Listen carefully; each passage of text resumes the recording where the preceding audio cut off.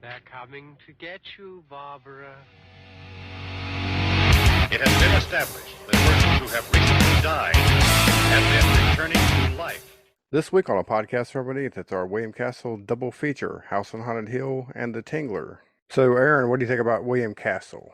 Interesting guy. I mean, these films, like I went back whenever y'all said you were going to do these films. I'm like, okay, and I looked into it, and I'm like, oh well, he uses Vincent Price a lot.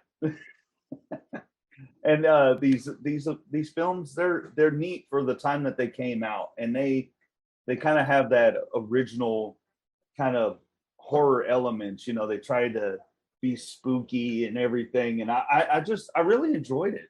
And I like how I guess, was it a thing back in when these films come out, where the director, kind of like Alfred Hitchcock, would come out and say, "Good evening."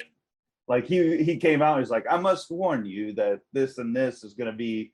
It was kind of to amp up the crowd, I guess. So, but that's what I liked about, William, and that's what I liked about these movies that I watched. He was almost like a carnival barker when he would come out. Pretty much, yeah. I mean, and that just added to that fanfare. You know, he was trying to get people. Let's get this going, and hey, I'm going to warn you. This is going to be scary. There's some imagery in here. And of course, you watch it now, and we've already been tainted by what we have now, which is everything. Even practical effects are not that impressive anymore. You got CGI, and they can take you wherever. But I really enjoyed it. It was a good throwback films. William Castle, whose real family name was Schloss, which means castle in German. He changed his name to Castle, and he worked for, I guess, about almost a decade doing director for hire jobs, doing things like the Whistler series. The Whistler was a radio drama that was turned into a series of movies. It was similar to The Shadow. The Whistler never actually appeared in the films. They were individual stories that had the Whistler as a narrator. And those enjoyed a fair amount of success. He did one film on his own for Cohen. I forget what studio that was. Anyway,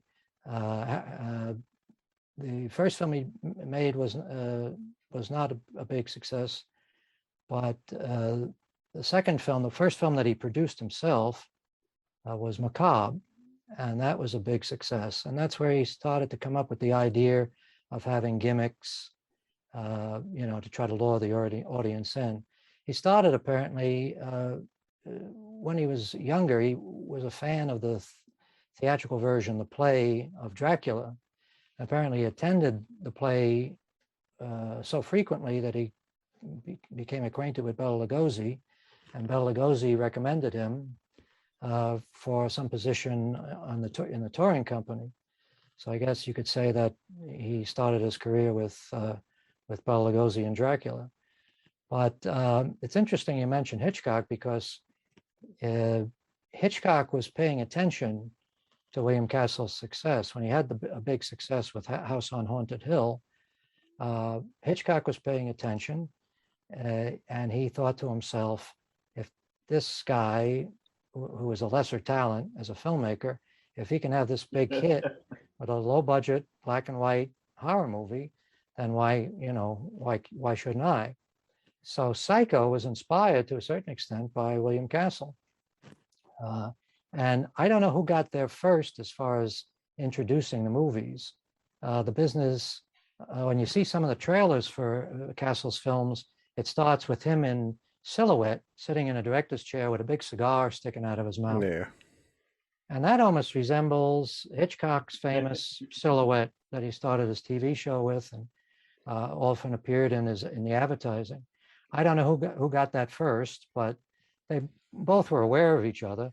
After Hitchcock sort of imitated him with Psycho, He imitated Psycho by doing a film later called Homicidal, which was almost I guess you could fairly say it was a ripoff of Psycho.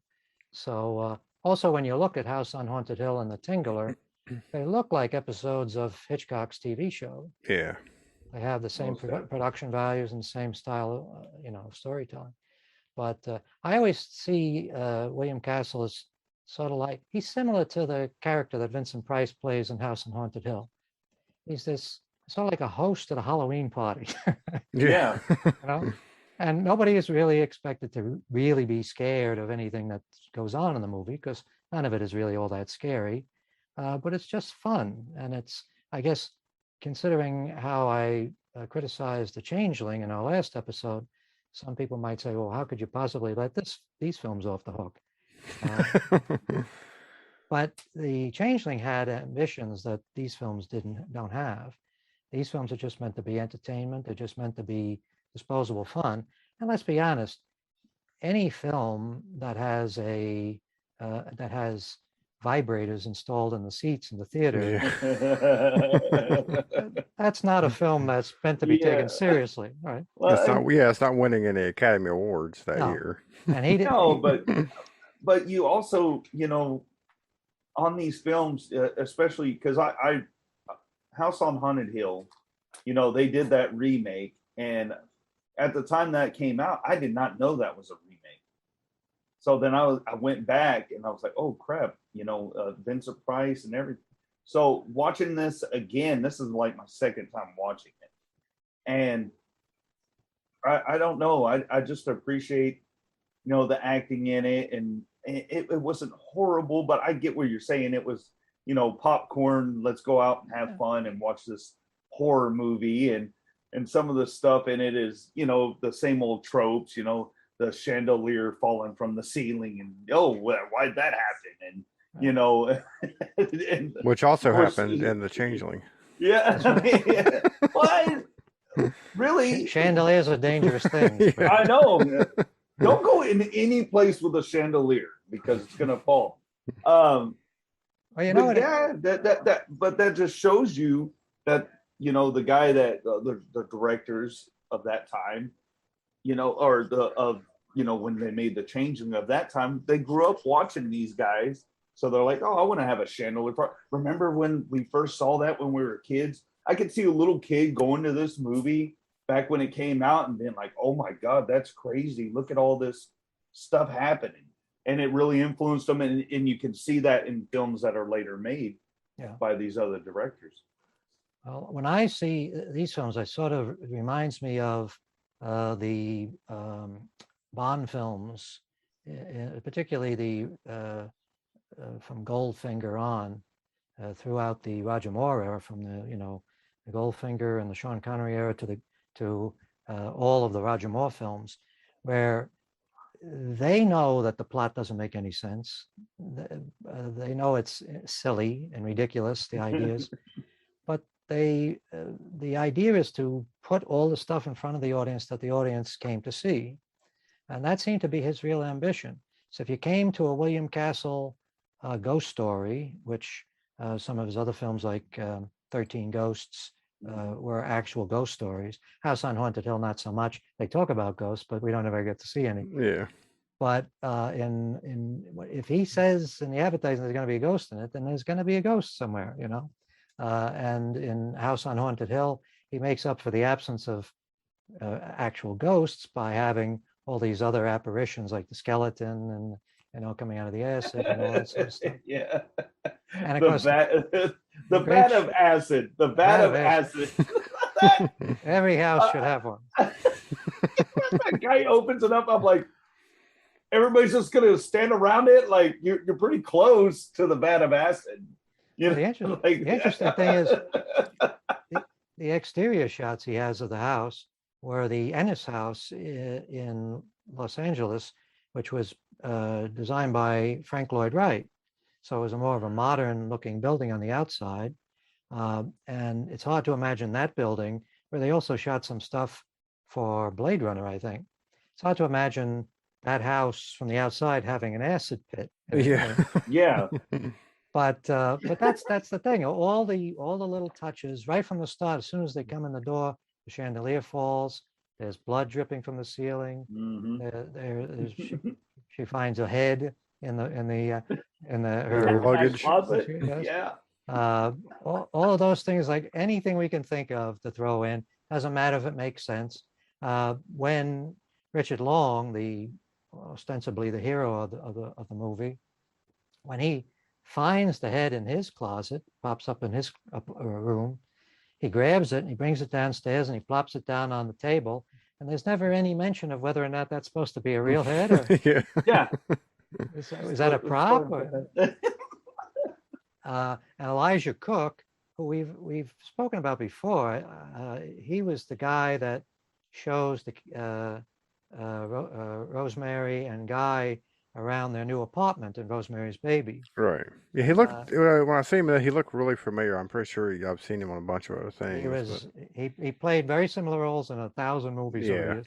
First movie that I think he was known for was Maltese Falcon, where he plays the Gunzel of the Fat Man, the Fat Man's assistant, who's always threatening everybody with a gun, you know. So he had a long career. He was doing similar roles up into the 70s. So, you know, he was a very familiar face. Yeah, he had that look of like I've probably seen him on Andy Griffith's show. Yeah, he probably was on all the TV shows, all the Yeah. variety shows, yeah.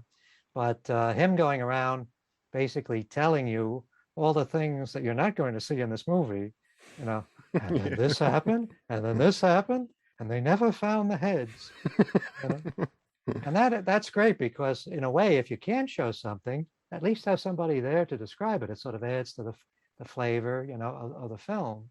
So all the talk about ghosts inhabiting the place, that you know, there aren't any real ghosts in the film, but it still adds to the overall effect.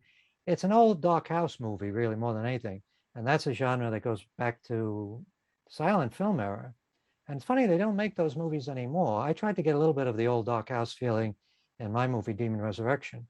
But, you know, the premise is usually a bunch of people who don't know each other. They end up somehow in an isolated house. They've either been brought there for the reading of a will, or somebody that they don't know has invited them to a party, and they've all showed up. 10 Little Indians, the Agatha Christie, probably her biggest success, which was done as a film, and then there were none. That is very similar. As a matter of fact, there's some scenes in House on Haunted Hill that are right out of And Then There Were None. The whole idea of people coming to a house, they never met the host, they don't know why they're there, they've never met any of the other guests, and yet they come. And in this case, the reason is because they expect to get money. So, you know, a lot of the things don't make sense, but it's still fun. The idea of just putting in the shocks and not worrying about whether or not it makes sense later. Like the biggest shock that in House on Haunted Hill, the one that everybody always talks about, is that moment when the woman, the old woman, appears. Yeah, when she's just standing behind her. Right. Yes. And she appears to be floating on a gurney or something, Yeah. a dolly. She just floats right out of the scene. Now, a few moments later, she's identified as being the blonde maid. Well, yeah, her and her husband are the housekeepers. But why she should be floating that way, I don't know. But it is effective, and that's the scene everybody remembers. So it seems to be. Yeah, I think if the movie would have been a little bit darker, I'm talking about lighting wise, it seemed like everything was a little bit too bright. It didn't have that real good creepy sense to it yet. It was and it's black and white, so I mean, you know, like I don't know. Maybe they didn't have that kind of, I guess, vision yet, or maybe the director didn't think of it that way. I don't know. Well, in the 1950s, they were shooting everything as sort of a standard that had been developed about how lighting was done, and you see that in Hitchcock films as well. Hitchcock was still using the same lighting techniques that he used in black and white movies, even when he was well into his color phase. Yeah, I think that scene would have been more effective if it was darker, and then you wouldn't have seen the maid until the candlelight was brought up to her. You know what I'm saying? That she fades in with the candlelight. I think it would have been more effective. Yeah. Well, nowadays they probably feel more confident about doing dark stuff because they know how it's going to look on people's home screens and how it's going Right, to look on yeah. movie screens. Back then, you never know what the prints were going to look like. You never knew how the projectionists would be, how diligent they would be cleaning the glass in the projection booth, or making sure things were the lamp was bright enough. So they figured, let's compensate by making sure everything is brightly lit and sharp. I mean, it really looks like a TV show at the time. That's what Yeah. Alfred it did. Hitchcock show. Yeah. Yeah, I noticed whatever lens they're using or whatever camera they're using had a really shallow depth of field. All of the wide angle shots were kind of blurry, and then when you had a character in the front, everybody else in the back was kind of blurry. So I don't know what kind of lens he was using. Well, nowadays that's considered a very we've sort of flipped on that, right? Yeah, yeah. Back at that time, like people like Orson Welles were famous for having very deep depth of field. You could see everything into the far distance was in focus, and they prided themselves on that. But nowadays, everybody wants the very shallow depth of focus. Everything behind you is out of focus. Change in taste, but it looks better in color film, especially to have a shallow depth of focus, Yeah. because you get that effect. What do they call the effect when you get everything blurred? It's is a Japanese bokeh. Bokeh, yeah, bokeh. Everybody likes bokeh these days. It's an Instagram filter, so it's easy for everybody to use. I want to talk about how cool Vincent Price was in this. Oh, he was born to play these roles. Dude, he was just so cool. He's like, yeah, this is my wife's party. I'm throwing my wife's party here. Yeah. I mean, and he was. How tall was he? I need to look that up. 6'4". 6'4". The Yeah. dude. I was like, this dude's got to be a tall son of a bitch. I mean, in the Tingler, the guy that plays his assistant had to be put on lifts because he was so short. He was really? Like 5'9", Yeah. but they couldn't frame the shots properly because he was Vincent Price They're was like, so tall. Vincent, either get on your knees or we need to get this guy some lifts. Well, you do notice, especially in Price's later films, that he does seem to be hunching over a little bit. Oh yeah, trying to hide how tall he is, unless he's in like Dr. Fives where he wants to look as impressive as possible. I think that with tall people, I'm not that tall, but I am a little over 6 foot. And when you're ducking down, or you get, you know what I mean, or you're hunched over, maybe he was hunched over writing stuff. They didn't have stuff like that back in the day, so maybe he just kind of gradually started going down. You can almost see the director saying, "Vincent, can you hunch down a little bit?" Yeah, exactly. Just a little lower. You know what? That could have been it too, where he always, hey man, we can't get you on this shot. So the small actors, usually they put them on a what do they call them, a cherry Apple box? box. Yeah, apple box. Apple box, yes, a cherry box. They Tom some Cruise kind of fruit. Yeah. Tom Cruise. Yes. Well, all the leading men for a while there were all guys like 5'8", 5'9". And I think it was probably because it's easier to shoot them, The tall guys are harder to shoot. But anyway, I do agree that one of the things you really come to appreciate when you watch these two films is what a really good screen actor Vincent Price was. Because nowadays we always tend to judge acting in terms of, is it real? Is it believably real? Is it natural? Yeah. He had the ability to give a very witty, stylized performance, and at the same time, it seemed perfectly natural. Like in the Tingler, especially when he's talking with that guy that comes in, the guy that plays such an important part in the story, comes into his autopsy room at the beginning of the film, and that sounds like a conversation that could take place in real life. Very low key, very natural sounding. So the idea that Vincent Price was somebody that always was over the top and always chewing the scenery, he was pretty selective in terms of when he chewed the scenery. Well, and you had, that was his niche. You wanted a nice little horror film. I mean, you got Vincent Price in there, and of course, I guess he was a big Edgar Allan Poe fan because he was in a lot of films that were based off of Edgar Allan Poe's poems and books and everything. So he gravitated toward. He found his niche, just like anybody else in Hollywood right now. You can't, like, okay, you're gonna have an action film, so you have a list of people that you're gonna choose for that. That would be a draw, but you can't put, case in point, Tom Cruise in a movie called The Mummy. It's not going to be good. We're going to make it action. And it's like, no, The Mummy is supposed to be, you don't understand. Like, you can't make an action horror thing. It doesn't, I don't know. I could be pissing someone off right now. Well, we talked before about Vincent Price being in Last Man on Earth, and it didn't really work out. Yeah. Because he wasn't that he wasn't that. He wasn't that. Yeah. Yeah. You don't, Vincent Price don't go into a comedy or whatever. He just, you got to have him in his element, and I think that was his element, and he gravitated towards it. Well, he did very well. He had a pretty decent career on stage, and he did a number of Hollywood films. I guess he was a contract player, but most of the roles he played early on, he was in Laura, which was a very successful film, but he always played. He didn't play the lead. He was always, secondary characters.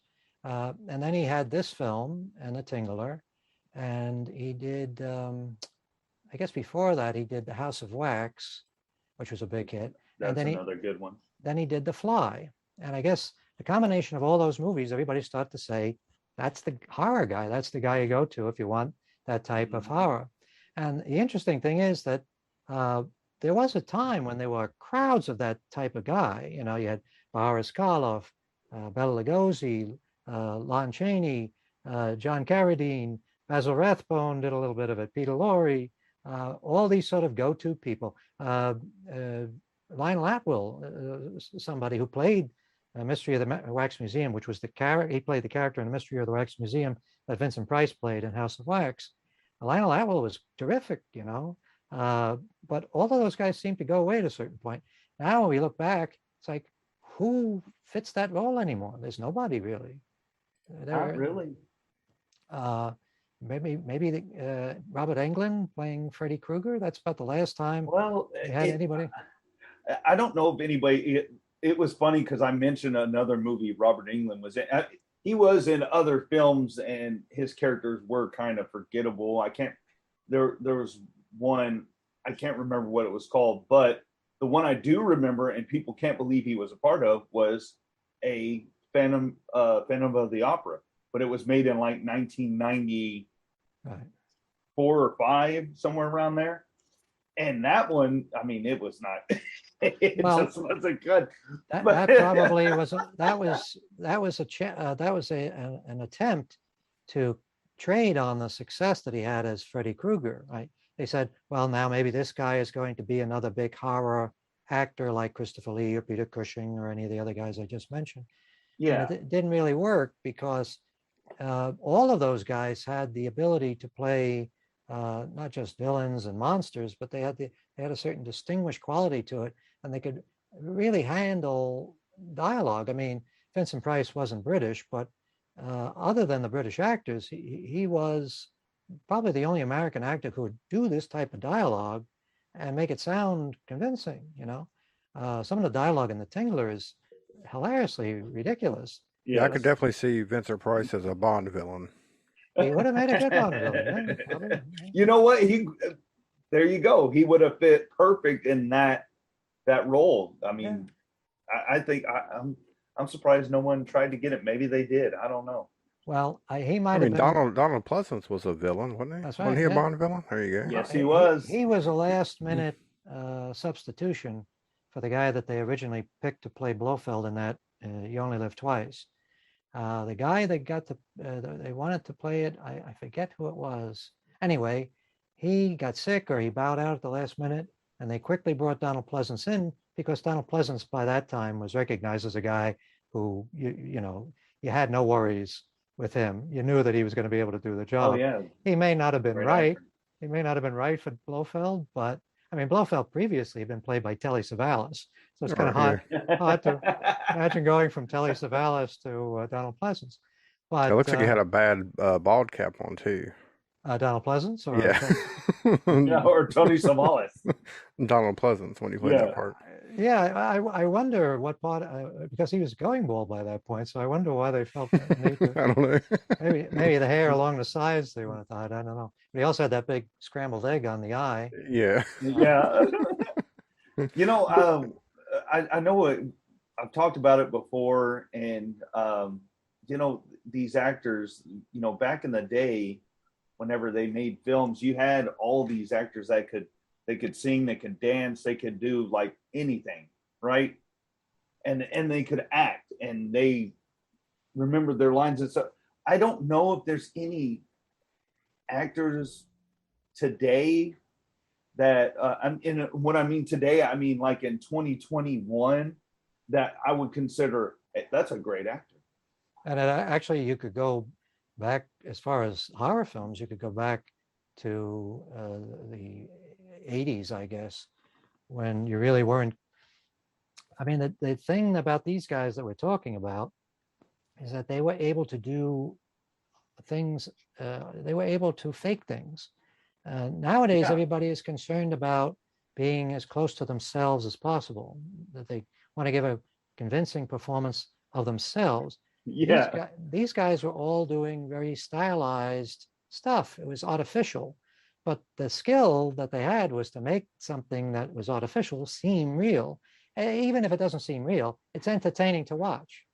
You know, that's that. I think that's the secret. Vincent Price and some of those Poe movies that he did with Roger Corman, you know, they're entirely fantastic. There's nothing real about them at all. But they weren't trying to be real. They were trying to be entertaining fantasies, you know. Yeah, I think that's a lost art now, especially watching these. I was I was like, okay, I'm gonna watch these older movies. I had not seen them in so long, especially House on a Haunted Hill. And when y'all said that, I was like, yeah, let me, you know, I'll watch it. You know, last year I watched Venom of the Opera. You know, that's a silent film. Another freaking chandelier falling down again. But I enjoyed it, and I was like, okay. And now I'm in the mood to watch these older films because you appreciate them more. And you know, with you know, Vincent Price, he just does a fantastic job. I just think I was like, this son of a bitch is cool. I like it. Like he just some of those smooth guy. and some of the dialogue is really very witty. It is. They have this thing in both, and he only did 2 movies with William Castle. I'm surprised. I would have thought that the success of these 2 films would mean that they go on and on and on. But maybe by that time, Vincent Price was already fielding offers from Roger Corman, and he moved on to other things. But one of the things that's repeated in these 2 films is the idea that Vincent Price and his wife are practically, you know, at each other's throats. Yeah. Oh yeah, yeah. Some of the dialogue between them is really very funny. In the Tingler, he has that scene where he comes into the house and her boyfriend has just left. Out the back door, yeah. And he finds the 2 glasses, 2 drinks on the table, and he picks them up. And says, what's the term he used? Double fisting. Yeah, there's nothing like a good double fisted drinker. Yeah. I said that's funny stuff. And the dialogue, not only is the dialogue witty, but it's delivered with such flair. You know, it really sings. You know, and they move through it like a shot. You know, one of the problems that you have very often with lesser actors is that they want to drag everything out, you know, slow everything down. Usually it's because they don't know their lines. But this just is like a piece of music, you know. So it's really fun to watch. And it doesn't have, I guess in both cases, really, especially the Tingler, his problems with his wife doesn't have any bearing on the plot, really. Right, yeah. No, not like House on Haunted Hill, where right. Where really it is the premise, yeah. Was I got to give Carol Omart, who played the wife in stunning woman. Yeah. Oh yeah, she super was attractive and a good actress. Yeah, she was keeping up with Vincent Price, no problem. You know, that's what I miss in acting, is that sort of that flair and that style and wit about the performances to deliver a line in such a way so that not only does it sound like something that you just came up with, but also it has the music to it that makes it delightful, to the audience. And nowadays everything is ploddingly real, and gritty, and that's boring, I think. Yeah. I mean, on the one hand, they shoot movies nowadays, what with all the CGI, they shoot movies in a way that makes everything look fake. But at the same time, they insist on giving us characters that are always so common and dull. When was the last time you saw a character like the part that he played in House on Haunted Hill in a movie? No, it's been a long time. Probably the remake. Well, the remake, yeah. And they got Jeffrey Rush to play. Yeah, Jeffrey Rush. He did. Now the remake, they did, I thought, a pretty good job on the remake. And Jeffrey Rush being cast in those are some big shoes to fill, literally and figuratively. Those are some big shoes to fill. And I admire the fact that even though he was a very well-established actor, he had no problem sort of paying tribute to Vincent Price's performance in that. It's pretty clear that he's doing a little bit of a Vincent Price homage there. Yeah.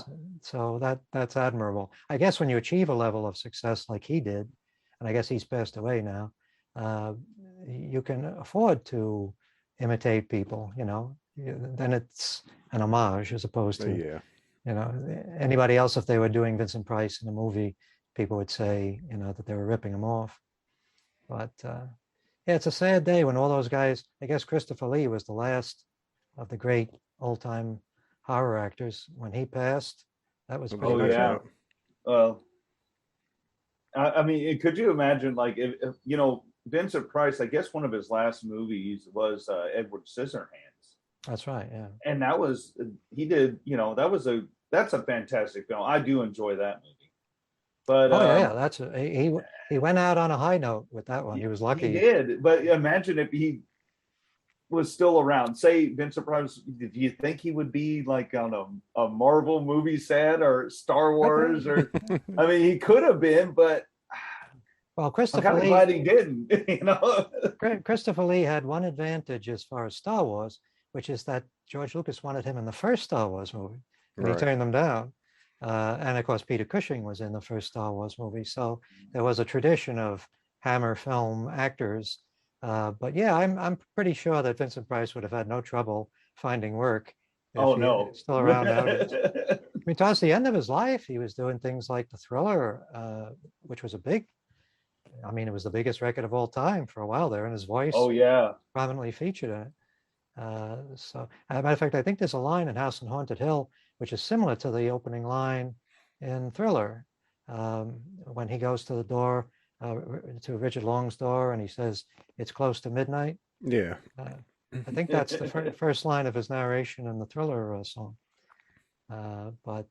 Yeah, he was great, and fortunately, he did leave a lot of other movies that are really terrific movies. I mean, you have on the one hand, you have sort of a critically acclaimed things like the Witchfinder General, which isn't his most entertaining movie, but it's considered one of the great, I guess, folk horror type horror movies. But he also did Dr. Phibes. He also did Theater of Blood. He had a whole bunch of movies that are worth checking out. I think Dr. Phibes is particularly influential. I have a feeling the people that did Saw were paying attention to Dr. Phibes when they came up with the idea. But I don't know if you guys have ever bothered to watch Dr. Phibes. It's pretty widely available. Yeah, I've seen it. It's been a while since I've seen it, but yeah. Yeah, I need to revisit that one. And I think you could say that Vincent Price was at his best when he was working with directors who really took advantage of that very flamboyant, stylized approach they had. Films like Phibes, which is very glossy and colorful and fantastic in its themes, and I guess that also is true of Tim Burton, right? I mean, Edward Scissorhands is not a naturalistic type world that he's portraying there, right? No, it isn't. Go ahead. He did another thing for Tim Burton. He did a short called Vincent. Is that the name? Or was it Frankenweenie? I forget which one it was. Did it short? The Frankenweenie, that was a full length feature movie. Oh, well, maybe it was Vincent. Was Vincent the short that he did that Vincent Price narrated? Could have been, yeah. Yeah. Anyway, I know he worked with him more than once. I guess he liked him. But Christopher Lee actually managed to even get into Dark Shadows, the horrible Tim Burton version. He popped in for one. I think that might have been his last film. Really, that sucks for him. But he was also in The Lord of the Rings. Oh yeah, Star Wars. So. Oh man. Now with the House on Haunted Hill, I thought it was a really good story. I was kind of expecting the Carolyn Craig character to be involved with what was going on, but then you get to the ending and it's just kind of Vincent Price tells you what happened, and then Yeah. he says, "I killed my wife. I let You justice didn't shoot take anybody, over." darling. Yeah. And it's like the end of the story. And of course, our Elijah Cook character gives his last little. Now there'll be more ghosts in here. But it kind of just ends. I was just like, kind of a letdown ending, but still an entertaining movie. I just wonder if the theater experience probably makes these movies a lot better. Yeah, I suppose that not seeing it with I mean, if you went to a theater and they had all that stuff, you would probably come away entertained, even if it hadn't made the movie more effective. You would just appreciate the effort that had gone into it, right? But in some ways, like with Tingler, the spaces that they left in the film for the audience interaction part, like when Vincent Price goes to the what appears to be either a light switch or a public address system. I don't know what it's supposed to be. But he goes to this little box on the wall, and suddenly the screen goes black, and we hear his voice. And there's a couple of things that are weird about it. First of all, he's telling the audience that Tingler is loose without any, the audience would have no idea what the fuck he's talking about, right? I mean, even when they see the shadow crossing the screen, which I think is a wonderful effect, even though it doesn't make any sense either, because what did the Tingler do? It got inside to the projector. Yeah. But that's the thing. It's like almost like a dreamlike effect. Doesn't make any sense at all. But Well, I assume whenever Vincent Price turned the movie off and then he does the narration of the thing, I assumed that was, now we're not in the movie anymore. This is whatever theater you're in at the time. He's talking to you, right? He's not talking to the people in the movie, and that's what I kind of assumed. Right. Presumably, the reason why the lights go off, which doesn't make sense. Why would you turn lights off in a movie theater when there's a crisis, right? Yeah. But that when the lights went off, that's when probably they started hitting the button on those vibrating seats to give everybody a shock, and basically he's telling everybody in the audience in the theater to scream, and I'm sure people accommodated him. Yeah. So it must have been fun, but it sort of leaves little gaps in the film now, because we don't get that part anymore. And I know they had to redo the audio, his voiceover for the drive-in version, because obviously you can't turn the lights out outside. Yeah. Yeah, there were a couple of versions of both of these films with House on Haunted, with the Tingler. There's a version. Did you guys see the version that has the color inserts? Yeah, the one I watched had the water in the bathtub, and that come out of the sink was red. Which is a very startling effect when you see it. You're watching a black and white movie, and suddenly there's one thing in the shot that's brilliant red, blood red. Okay, ketchup. Still very effective. Yeah, it does kind of look like ketchup, but even if it was ketchup, it's pretty startling to see it coming out of the bathtub faucet. And but and I guess for a long time on TV, nobody saw that, because they just ran a black and white print. And the I don't know how they. I guess they just had the skeleton flying overhead in the theater. I heard somebody say that there was some sort of curtain over the device that manipulated the skeleton in the theaters. But anyway, all of that is lost to us. We don't get to see any of that. Yeah, which I think is pretty cool, because back in the day, that's what they did, to get people involved. And this is before, 3D. So you had vibrating seats, or you could feel air or something going underneath you, or a flying skeleton. Just Well, I think people appreciated the effort, and it created a sort of amusement park or circus kind of feel to the film going experience. I think it's true too that back then people had much more of a tolerance for hype. If you went to a carnival and there was a guy out front saying, "Come inside and see the mermaid," when you're buying your ticket, it's only a fucking nickel or whatever. You're not going to see an actual mermaid. It's probably going to be some old woman wearing a sequin skirt or something, sitting in a tub of water. Come on in, darling. Right. Yeah, I'm smoke. your mermaid. Right. But there's something fun about participating in that kind of slight con. Oh, yeah. And it was true of movie posters at the time too, particularly low budget movies. You knew when you were looking at the poster, because they had some wonderful poster artists, you knew that the monster in the movie was not going to look anything like that. So the poster was making a promise, and it was sort of telling you, when you see the movie, this is what you should be thinking of. What we have in the movie isn't so good. This is what you should be thinking of when you watch the film. So it was a way of giving something extra to the audience that they couldn't give, given the budgets and the state of the art as far as special effects and things. And I think that's sort of part of what makes these films entertaining too, is that you're sort of being, you're not really getting what was advertised, but it's still fun. It's fun to take the ride, And if you get some real scares out of it, then, that's a nice little extra. Well, I'd say it's probably what inspired when people now do the Rocky Horror Picture Show viewings, and they all come dressed up, and it probably inspired all of that. A new Star Wars film hits the theater, people dress up for that too, or Marvel movies, people still do that. So there is fanfare for it. I wish there was more for. I mean, that would be cool if a theater still did stuff like that, and we got better technology. You could actually make a skeleton walk across, in front of the stage or whatever, in front of the movie screen. There's one advantage to making movies that really aren't that great. I mean, let's be honest, neither one of these movies is all that great as movies. One of the advantages of having movies that aren't so great is that people don't mind if it's interrupted by a skeleton flying through. You're not missing plot points if you're closing your eyes from a skeleton. When William Castle read Ira Levin's book, Rosemary's Baby, he read it before it was published, and he immediately bought the rights. And he's the guy that went to Paramount. Robert Evans, do you know Robert Evans? Yeah. They made a movie about him. He was quite a colorful character. He was running Paramount at a time when they were really in the doldrums.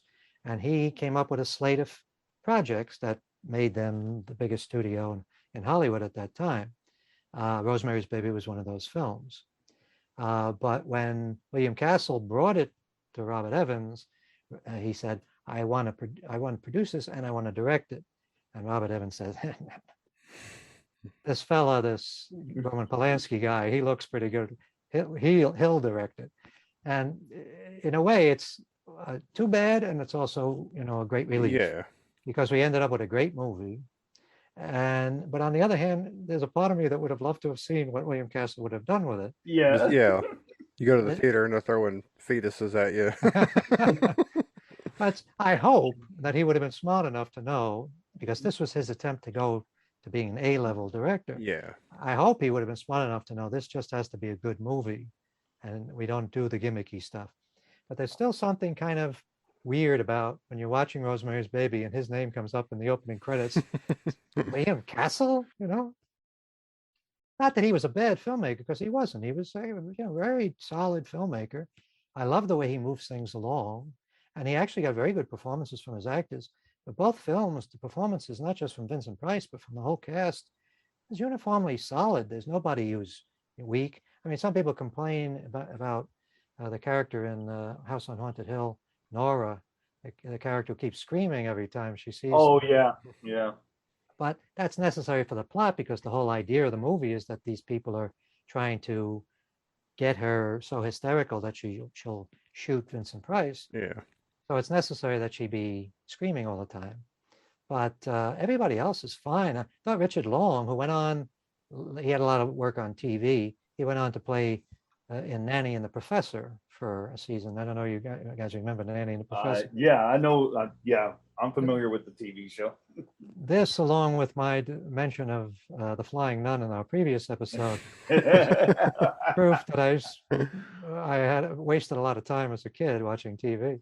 But he's actually very good. He has this all the because those type of characters, like the guy that we're supposed to accept as the leading man, the romantic lead, those can be very boring characters and irritating, you know.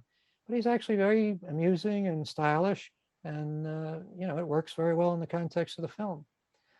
So, you know, if we give credit to directors for the performances of the actors, I guess we have to say William Castle knew what he was doing with the actors. Yeah, I think with the Tingler, I mean, he took this just outrageous story that made no sense. You know, this parasite that lives inside everybody that when you get scared, it festers up until you scream. But the movie didn't feel that. You know what I'm saying? You're watching, you're like, oh, it's a dumb story, but the movie's still entertaining. Yeah. You know what I'm saying? That's and surely the guy who wrote the same guy wrote both films. He was writing that witty dialogue. He must have been smart enough to know that the Tingler was an outrageously absurd idea. But there's also something about the idea of the Tingler being sort of like a meta film. You know, it's constantly making references to the fact that it's a movie, basically. They even go so far. I really appreciated the audacity of this. At one point, when the Tingler has gotten loose and they've captured it in the projection booth, they put it in one of the film cans. Film cans, yeah. Carrying around a film can. So they have a scene in the theater, and they had the scene in the projection booth, and they had the creature wriggling across the screen, and then they put it in a film canister and take that back. I mean, it's like everything is referencing the fact that you're watching a movie, which is, you know, obviously intentional, you know. So I appreciate that, and I appreciate the fact that they were so outrageous in doing such a ridiculous idea. Because I can imagine any other screenwriter trying to think of an idea, coming up with, how about, oh, no, that would never work. Nobody would ever buy that. But as a child, I thought this was the greatest fucking movie I ever saw. When I saw this on Chiller Theater one night, I thought, holy shit, this is great. Not only do they tell you that there's this creature that's going to form itself on your spine when you get scared, but they actually take it out and show it to you. Yeah. See, that definitely had that early sci-fi, feel to it. The them and all those cheesy movies that had radioactive creatures or whatever. But then you have this, and it's just one. There's just one Tingler in it. You know what I'm saying? It's just we got like 8 characters in this movie. It's a small film, but it's got this, this outrageous story that kind of for some reason fits it. And like you said, you've got his stuff with him and his wife being, she's cheating on him and all this, and it's has nothing to do with the plot, but at least it's something, right? It's something. The only reason apparently they bothered to do that is because they enjoy having those wonderful scenes between him and his wife, but also because they want to have a character who will plop the Tingler down next to him to attempt murder at a certain point. And when her attempted murder fails, she just leaves. It's we don't even see her go. One of the other characters said, "Oh, she's gone." Yeah, she packed her bags and left. So it's very, very obvious that she was just a functional character in the film. I mean, I always thought it was kind of funny that she comes into the room when after they've just taken the Tingler out of the body of the woman, and it's there on the table in front of them or in the little box that Vincent Price has for some reason. He has a little box that's perfect size for a Tingler. And she comes into the room and she sees it, and rather than saying, "Oh my God, what is that?" Instead she starts thinking, how can I use this to kill my husband? Yeah. And then she goes immediately to a desk nearby and picks up some, what I assume was sleeping medication. Some people that I've read online interpret that as being some of the LSD that LSD, yeah. But I don't think that could be right? Because she's just knocking him out. She's not trying to, Yeah, causing she to doesn't. hallucinate. Yeah, it's not the same thing that he had before. Right. So I assume it's just some sort of sleeping, because he was giving the guy's wife sedatives to make her relax. So I assume that that's what she was using. But the whole idea that somebody could be such an evil creature that when she sees this monstrous thing for the first time anybody has ever seen anything like it, and immediately reminds us to think about how she can make use of it to bump off her husband. That's pretty cool. Yeah. Well, the whole thing with the our other couple, the mute woman and her husband, the people there in the theater. That seemed kind of like an outrageous story too. Like, how did did he plan this from the beginning? Like, as soon as her brother is executed, I'm going to go talk to the coroner because I know that he's doing this study on fear and he'll help me scare my wife to death. This is why I think of the Bond films when I watch this, because in the Bond films it's always the same way. The story makes sense while you're watching it. When you think back on it, you're like, it doesn't make sense at all. You're right. It doesn't really make sense that he would be going to witness the autopsy for his wife's brother, I guess. Yeah. That doesn't make sense. Why would anybody want to do that? Unless he thought maybe, and here's where we start having to build our own story. Maybe he's going there on the assumption that he can somehow find some drugs or something that he can use against his wife, or maybe he was going to enlist the aid of Vincent Price. Well, maybe back when the movie was made, maybe it was a common thing for people to go and witness autopsies. I wouldn't think so. But he had this whole elaborate thing set up, the blood in the bathtub and the masks and it's just like, how long was he planning this, Then he had to wait for his perfect opportunity to meet Vincent Price so he could, invite him over for coffee, which was another, like weird scene. They didn't even drink coffee.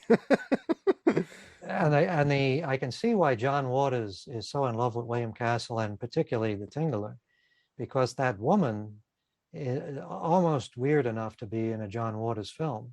She's a deaf mute who happens to be a germaphobe, so she's rushing immediately to wash her hands, and she's also paranoid about people stealing from her. And after she finishes washing her hands, she has to go and check the safe. Yeah. But that, it's all those sort of little eccentric, weird characters that make the thing fun to watch. And the fact that it doesn't make sense doesn't really, it would be better if it made sense, but if you actually tried to make this movie make sense, you'd have to throw away half of it, right? Because, nothing holds up. All the things with and he does it in two movies. He does it in Haunted Hill, and he also does it in The Tingler. The idea of people using various props or masks and things to create a haunting effect. Well, that doesn't make much sense. In House on Haunted Hill, the dead wife appears outside Nora's window, floating in midair with a rope that she hung herself with, snaking into the room and wrapping itself around her ankles. Not possible to do. Right. Even if it was possible, it would probably take a day to set up the gag, and you would have to count on the person being in the right place and doing all the right things in order to, they'd have to almost be like a theatrical presentation. So those are absurd. The guy in The Tingler, I guess he's, when he is seen with the props, he's got the mask, which I recognize, and he has something that looks like scuba gear. I guess because he was laying in the bathtub. All right. So the idea what there is, he's in the bathtub with scuba gear, waiting for the opportunity to pop his hand up, yeah, and do that business. And when she runs out of the room, he jumps out of the tub, dries himself off, and runs around so that he can be put on a gorilla hand, throw an axe. And meanwhile, he's also somehow operating all the doors and windows. I don't know if they attempt to explain that at all. Well, talk about elaborate as hell. It's when Vincent Price has that whatever contraption on him to make that skeleton move. When I was like, that's a lot of gears and wheels and everything. Yeah, the skeleton hardly moves at all. I was like, holy crap, that's a lot of stuff to go through just to freak people out or kill your You know, Well, why? I have a feeling that contraption might have been similar to what they used in the theaters to run the skeleton could over have people's been. heads. Yeah, because I noticed there's a couple of shots there where the strings seem to be going up in a direction that if you were watching in the theater, those strings could come down into the theater with the skeleton on it. So maybe that was the idea. But yeah, it is pretty elaborate.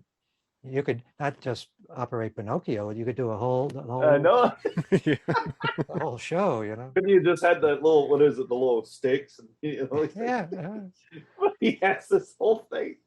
and you I could was like, see holy crap. you could see the little knob on the top of the skull of the skeleton. It's so dark. I don't know why they didn't cover that over, but we're seeing all these things now in high definition. When they were run in theaters back at the time, they were kind of doopy prints that probably you couldn't see yeah. all the details, so maybe that Well, didn't matter. When I watched the Tingler today, I didn't see any wires on the Tingler. I was kind of It's- impressed. I was like, how'd they do that? It's funny you should say that because I read a review on the Letterbox where the person was saying that in every shot you could see the wires. I didn't notice any I wires. couldn't see the wires either. Yeah. Yeah. Aaron, do you see any wires on the Tingler? No. I mean, we assumed they were there. Yeah, you could tell you could tell by the way it was moving. It looked like somebody Wait a was minute, this thing's using- not real. Yeah. Well, it looked convincing enough. I mean, it looked disgusting. That's the Yeah, important. it could have been more wet. That would have made it a little bit more, just looked dry. You know what I'm saying? Right. This yes. came out of a body, so I mean, you gotta forgive it for it came out of a certain. Who is this person? Like, I could see the white. Well, I mean, you're watching a movie from like the late '50s. I mean, what do you want? What Yeah, do you well, want? Well, anybody who goes to a movie like The Tingler expecting logic is going to be very frustrated. yeah. Yeah. I mean, Maybe put on something else to watch if you're gonna be that mad about it. Exactly right.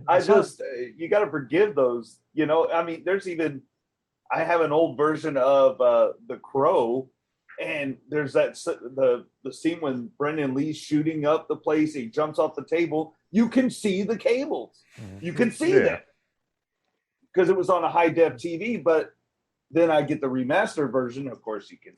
They take all that stuff out. Well, that's what I appreciate about the remastered versions of the early Bond films, because I used to love Goldfinger, I still do. But the thing that always annoyed me was that you could always see the wires on the planes. The plane scene at the end of Goldfinger is very important, but it was very obvious. I mean, it looked like utility cable practically. And when they put out the Blu-ray, they took all of that out. And I really appreciate that because I'm not such a stickler for preserving things the way they were. I want to be able to enjoy the movie, and it's really hard to enjoy a film like that if you see the wires on the plane.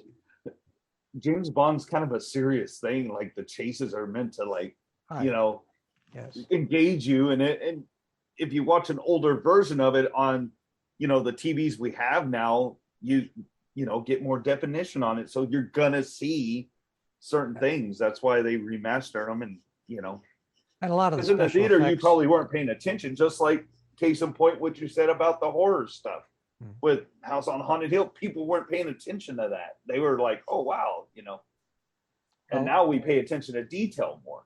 Yeah.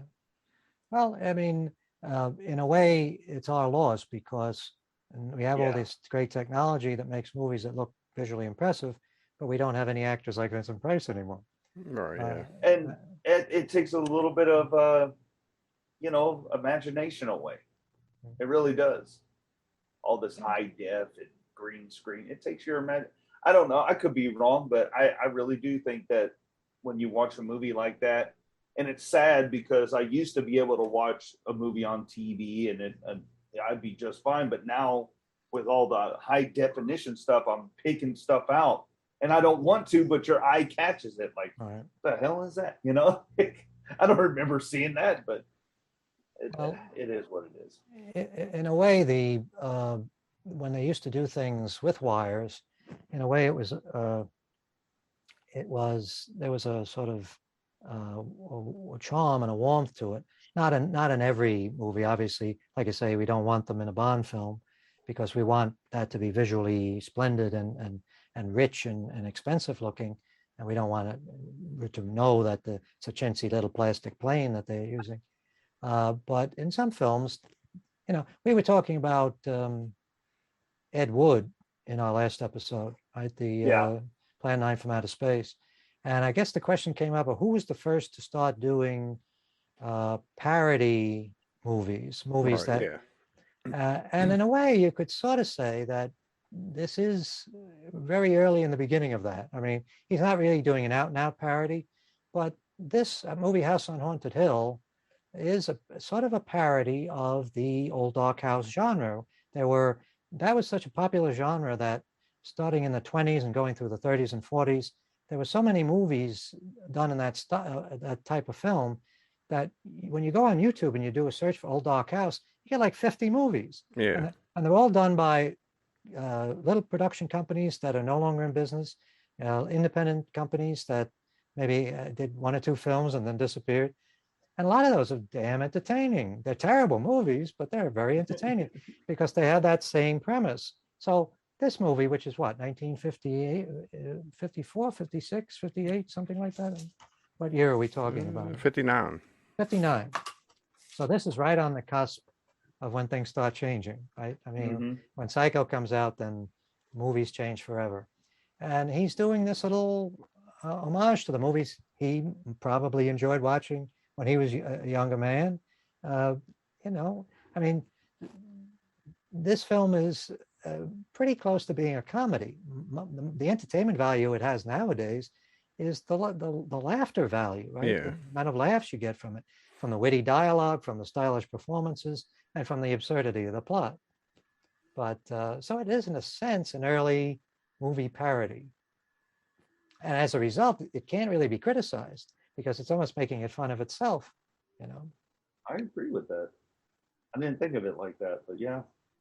You guys should, if you enjoy this type of film, spend a couple of minutes on YouTube sometime and make a playlist of every public domain old dark house movie you can find.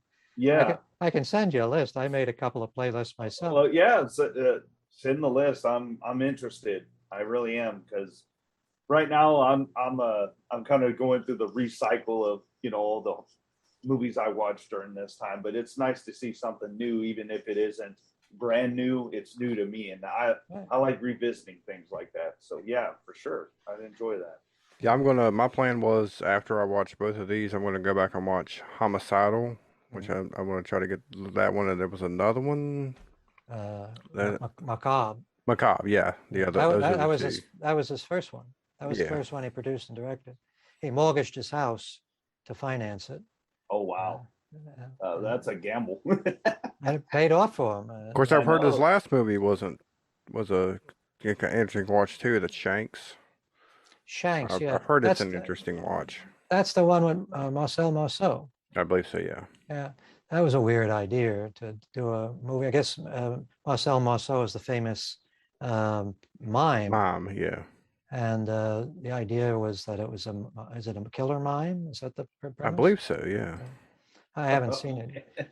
I always put that in the sort of same category as Jerry Lewis's The Day the Clown Died. Or it's a mute puppeteer uses a deceased scientist's invention to control dead bodies like puppets. Oh, okay. So that's a little different. Yeah. It looked interesting whenever I was researching other movies of his. Well, after Rosemary's Baby, Castle wasn't really able to benefit much from the great success of Rosemary's Baby because he had a health problem and he was sort of out of action for a while. And when he went back to producing and directing, the appeal or the whatever sort of cachet that Rosemary's Baby had sort of worn off a little bit because there had been other big horror movies after that. So he ended up going back to doing stuff like Shanks. And he also, I guess his last movie was Bug, which seemed like a particularly unpleasant thing about flammable cockroaches. Yeah. Oh, wow. But he might have been, I think when it became sort of impossible to make movies like House on Haunted Hill, when that style was considered passé, I don't think there was really much place for him, He wasn't able to transition to like Alfred Hitchcock was. Alfred Hitchcock was able to go from doing fairly stylized looking movies to doing kind of slightly gritty movies like Frenzy, where he stopped lighting things the same way and started lighting them like it was 1970s. Right. Yeah.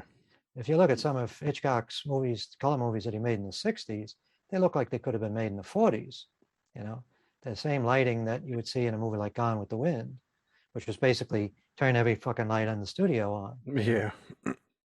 Yeah, Vertigo definitely had that look. Vertigo, very much. Yeah. One might be, and a lot of people like Vertigo more than I do. One could say that Vertigo, maybe that lighting effect, that lighting look fits the movie. But I think it hurts the birds. The birds would have benefited from being more realistic. Yeah. I like those. I like the look of Rear Window. Rear Window, that was that was a good one. That's a terrific film. Incidentally, the woman who plays the deaf mute in The Tingler is Mrs. Lonely Hearts in Rear Window. Okay. When I saw, every time I see her, I say, I know that woman. Yeah. And that's who it is. You never really get to see Miss Lonely Hearts close up, so you only have an impression of her, and that's why it's kind of hard to recognize her at first sight, but that's the same person. And what weird creature she was. Yes.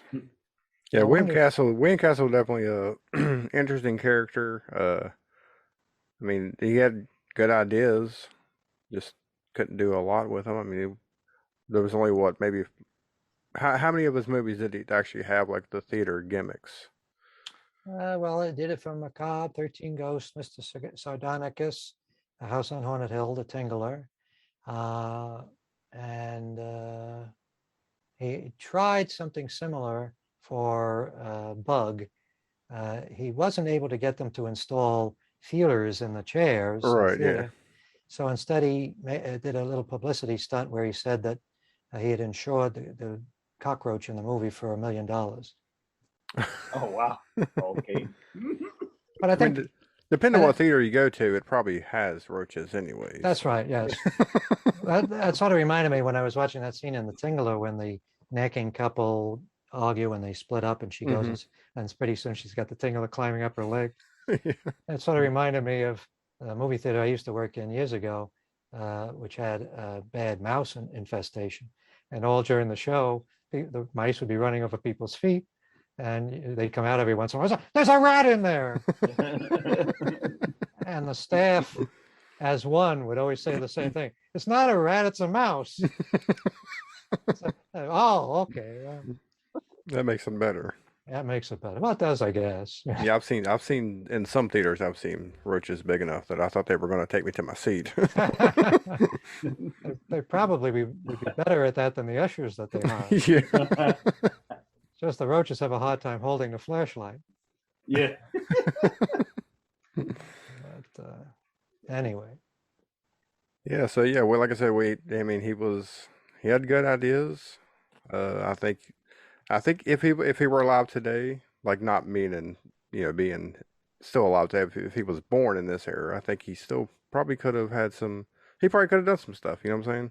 Oh yeah. Whether it be just the interactive, because I mean, even I remember like interactive VHS tapes and interactive DVDs, and Netflix now has interactive programming. Yep. So I think he could have done really well in something like that. Yeah, well, he had the benefit of being a competent director. I mean, there's a lot of directors that work their way through their career in Hollywood doing, B movies and programmers, and they never achieved the great success that Castle achieved. He was able to establish himself as a real force in the industry, even though his movies are not, the highest quality. He was at that sort of middle level of it's not garbage, It's well shot and the acting is good and the scripts are good, but it's not trying to be anything more than that. It's just meant to be fun. I always think of him as being more like someone who emphasizes showmanship over storytelling. All right, yeah. His main concern was, do we have some sort of scare every few minutes? And how you get to the scare, he didn't care about, He knew it was a calculated thing. He knew you had to have a certain number of scares as you go along in a film, otherwise people begin to find it boring.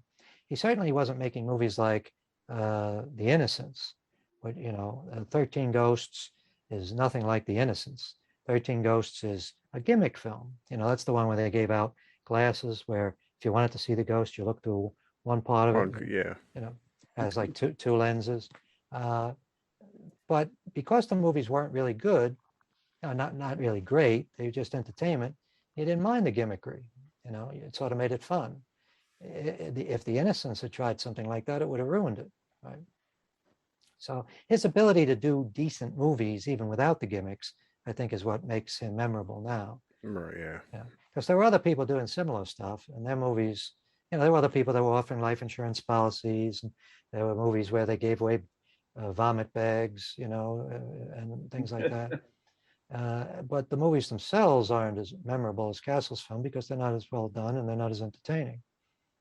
Yeah. So, Aaron, would you like to watch these in the theater where they currently have the gimmicks going on? Because I think it would make it. I think it'd be awesome. I do too. I think it'd be fun. Like I was telling y'all before. I mean, that I wish they still did stuff like that. Well, they still do from time to time. I know here in New York, Film Forum ran these movies, and they did it.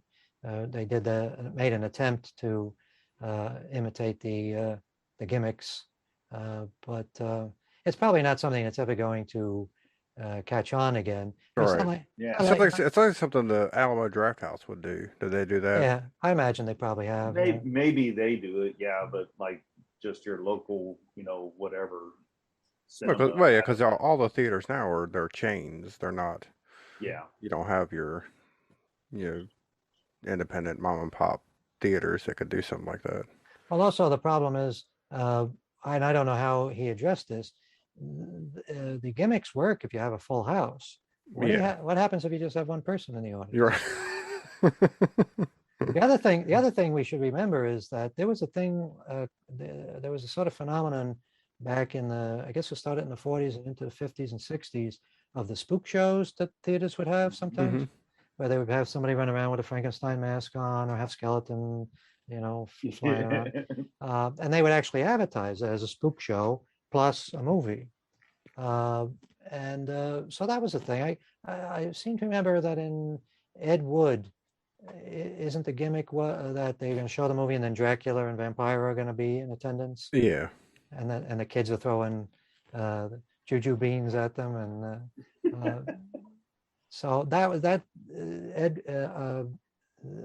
those type of spook shows are sort of similar to what he was trying to do. It's just that I can't imagine nowadays why any filmmaker would want his movie to be interrupted by that sort of stuff. Well, I guess I imagine too it'd be hard to do because not every theater is going to have the vibrators at the seats or have wiring rigged up to drop a skeleton. So, I mean, was that just did he just take it to certain theaters and that's where you got the experience, or? Yeah, I guess he went, I guess it was almost like a roadshow type approach where he took the thing, to different states and different cities. Do you know Donald Glut, the guy who, he was like an amateur filmmaker back in the 60s. He was one of the first people to do like fan films, superhero fan films. Yeah. He's doing like dinosaur movies now. And he also is famous for writing the novelization of The Empire Strikes Back. And he would do write comic books. And anyway, he was a fanboy in his day. And he was invited by, I guess, Columbia Pictures to participate in the publicity for 13 Ghosts. And he met William Castle and apparently formed something of a relationship with him. He said that he participated in the advertising or the promotion in Chicago. They had everybody make up as a ghost, and they got on a flatbed truck or a trailer, and they drove around the city making bullhorn announcements or playing recordings of William Castle's voice describing the movie. So that was one of the ways they would promote the film. That's another thing that we don't have anymore, is that sort of promotion of films I don't know if you ever see like pictures of movie theaters that are running horror movies, and in the whole front of the theater is just made up of stills and standees and very elaborate stuff. Nobody does that anymore. No. Makes me want to go buy an old theater and just show these old movies. Yeah, it'd be fun. Yeah, I don't know if there'd be any money in it, but there'd be There fun to might do. be. You'd have to charge, $30 a head, but Oh my God. just to make your money back. But Yeah, I guess. Well, well, there are some things that maybe we just have to accept. You had to be there, right? You had to be in that right, certain yeah, time in order for it to make sense, and to try to replicate that effect in present day. I mean, I think that was where Quentin Tarantino and Robert Rodriguez stumbled when they did Grindhouse. They thought that modern audiences would understand what they were referring to. you're right, yeah, Nobody knew and nobody yeah. cared. Of course, I can get a projector pretty cheap. I could probably just get that and a couple of taser guns and just do a private showing in my backyard. Well, you know what the vibrators were in the Tingler? Some military thing. I can't Yeah, remember. Yeah, surplus stuff that he bought that was used to de-ice planes, yeah, plane wings. I guess Oh, it wow. created a vibration that caused the ice to fall right, yeah. off. Wow. So that's interesting. No, that Yeah. is. That's pretty cool. So, Aaron, do you recommend people seek out these movies and watch them? Oh yeah. I found them both for Oh. free, so Well, House on Haunted Hill is in the public domain, so you can find it yeah. everywhere. Yeah, it is. That's where I actually watched it off of one of those websites that is public domain. And yeah, I always encourage people to go back and see these types of films because it kind of, you get to see kind of the influence that, these directors that make movies now or even before them, like in the 60s and 70s, these people took all of this and they kept going with it. And you could see the influence in it even today with, certain things. I mean, everybody still tries to do the jump scare stuff, and sometimes they do get you. But yeah, I always recommend older movies. Go check it out. Make an evening of it. It doesn't take an hour of your life to sit down and watch a good old classic horror movie. Mm. Well, I definitely recommend them. I mean, if for no other reason than Vincent Price and Carol Omark. Yes. Yeah. Yeah, Vincent Price, like I said, he was born to play these characters in these movies. I can't imagine anybody else doing them. Yeah. And it was just, yeah, like I said, they're fun, nonsensical, but entertaining. And like I said, I think if I could see them in a theater with the gags, I think I would probably enjoy them a lot more. Yeah, I would love to see somebody try to do an old dark house mystery thriller like that, with a little bit of a taste of the supernatural, but not too much, and a little bit of a murder plot, and a lot of the interaction with characters that don't really know each other, and they're stuck in a isolated place, the bridge is out or whatever it is, I would love to see somebody do that nowadays. Nobody really seems to have any interest, which is surprising. But I sure recommend these films. It seems to me that what happens is you love the stuff that you saw as a kid, even though as you get older, maybe you begin to realize that it's not really high art.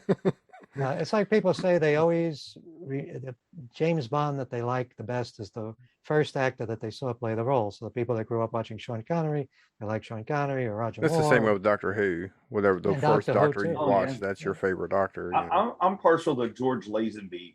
No, Well, there are some people that make a case for I it. know. Yeah, I'm not one of them. But I guess like I could. George. Well, I mean, would I be wrong if I said Woody Allen then? So. Oh God. Oh God. He was playing Woody Allen's brother, or what was he supposed to be in Casino James Royale? Bond. Yeah, I don't even know who did play James Bond in that Casino Royale, in that version. That was George Lazenby, wasn't it? No, they did a non-canon comedy called Casino Royale, and it had David Niven and John Huston and Woody Allen, and who else was in it? It was like Orson Welles, Peter Sellers. Oh God. But Peter Sellers, yeah. I guess David Niven was James Bond, and now all the other people were sort of making believe they were James Bond. I forget what it was. Anyway, that takes us a little away from the point I was trying to Yeah, make. it does. Welcome to the second part of the episode, James Bond. Well, we could cover that sometime. Oh yeah, no, I'm down. I like. I guess I grew up watching a little bit of Sean Connery, and then Roger Moore was the James Bond that I got introduced to first. So. Yeah, he was the one that I was introduced to as well with Live and Let Die. And I guess I was like, I don't know, 15 or 16 years old. There never was a better movie for a 15 or 16-year-old than Live and Let Die. Yeah. Every element of that movie was designed for me, at that age. But at the same time, I was watching the Connery movies on TV, and that was a big deal back then when they would run the old Bond films on ABC. So I sort of was between. I recognized eventually that Sean Connery was the better Bond, but I always liked Roger Moore. I always thought he had a great screen presence. In a way, he was sort of like the Vincent Price of James Bond. Yeah. Sort of a stylish, witty, easygoing sort of fellow. Yeah, I was going to say I was kind of upset that none of our actors we mentioned in these two movies are in Columbo. That's right. Oh, God. Yes. What happened? Everything leads to Columbo. Vincent Price was in Columbo. Was he? Yes, he was. He didn't Oh, wow. Didn't play the murderer, but he played a rival, the owner of a rival makeup company. With the episode about the woman that it's not Vera Miles. Was it Vera Miles? Anyway, it's deadly, but beautiful but deadly is the episode. All right, I have to go back. I want to go back and find it now. Vincent Price and Charlie Sheen and Martin Sheen. Martin Sheen, yeah. Not Charlie Sheen. They're both in that episode, which is the other wonderful thing about Columbo is that it's not just the one star. They have always, like some episodes like 3 or 4 stars. Yeah. Everything always leads to Columbo, man. It seems that way. We're going to have to do a separate podcast just all about Columbo. Well, I look forward to that. Yeah. But anyways, Aaron, where can everybody find you at on your other shows? Oh man, I'm a part of Rabbit and Red Radio. I got my show on there. I'm also part of B Movie TV. You can find it on Roku, and of course on my social medias. Reach out to me. They call me Mr. Poe on Slasher app on Instagram and Twitter. So. And you're doing horror movies on your Sci-Fi Sideshow all month long, right? Oh yes. This Sunday, yeah. Right. This Sunday kicks it off. So yeah, I'm very, very excited about this time. It's nothing but horror movies and some, it's funny because you'll turn it on B Movie TV and there'll just be some random horror movie, and I'm like, oh wow, I hadn't seen this, So I have to go back on YouTube and try to get to the beginning of it, because I missed the beginning. But anyway, yeah, enjoy it. Everybody enjoy this time. It's fun. I would have been shocked if you weren't running horror movies in this season. Yeah. Yeah. You're not going to decide to counter program by running Ingmar Bergman films or something. No. All right. So, William, where can everybody find you at? Well, I'm on Facebook and Twitter under my name, and my films, Demon Resurrection, Sleepless Nights, the upcoming Sleepless Nights.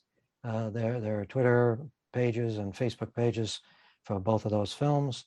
And Demon Resurrection, just the DVD version, this old relic from 2010. There are copies being sold on Amazon. We're back on Amazon now. Nice. All right. Had a little trouble with Amazon for a while there, but Amazon is carrying the DVD again. And Sleepless Nights, the restored version of Sleepless Nights, hopefully by the end, well, I won't say hopefully, definitely by the end of this month, that'll be finished and it'll be visible on streaming platforms in the months to come. So looking forward to it. And before we leave, we have a T-shirt store. Yeah. And we have podcasts from Knee Shirts. We got the exclusive Demon Resurrection T-shirt. I know a couple of people already picked that up. And what else? Oh, our Medium page. Oh, that's right. Yeah. Which I'm trying to write for. Yeah. I was laughing at those messages. But anyway, don't we have a website, a new and improved kind of website looking thing? Just the Medium is where we're going to, because I had way too many going at one time. So I'm just going to use just the Medium. It'll get everything Medium, out. That's it. Yep. And I got to do self promotion. We always forget. Yeah, I know. So, yeah, our T Public store. Go check it out. Yes, that's a good way to make a couple of bucks. Is this one of the tees that you're selling, or the one you're wearing, or? No, I'm wearing an X-Men shirt. I don't know what Oh. Aaron's got on. Freddy Krueger. Oh, Freddy Krueger. Okay.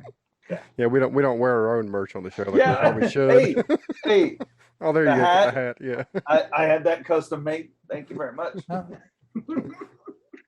All right. Well, this was a fun episode, and until next week, we will continue to watch the good, the bad, and the cheaply made. All right. All right.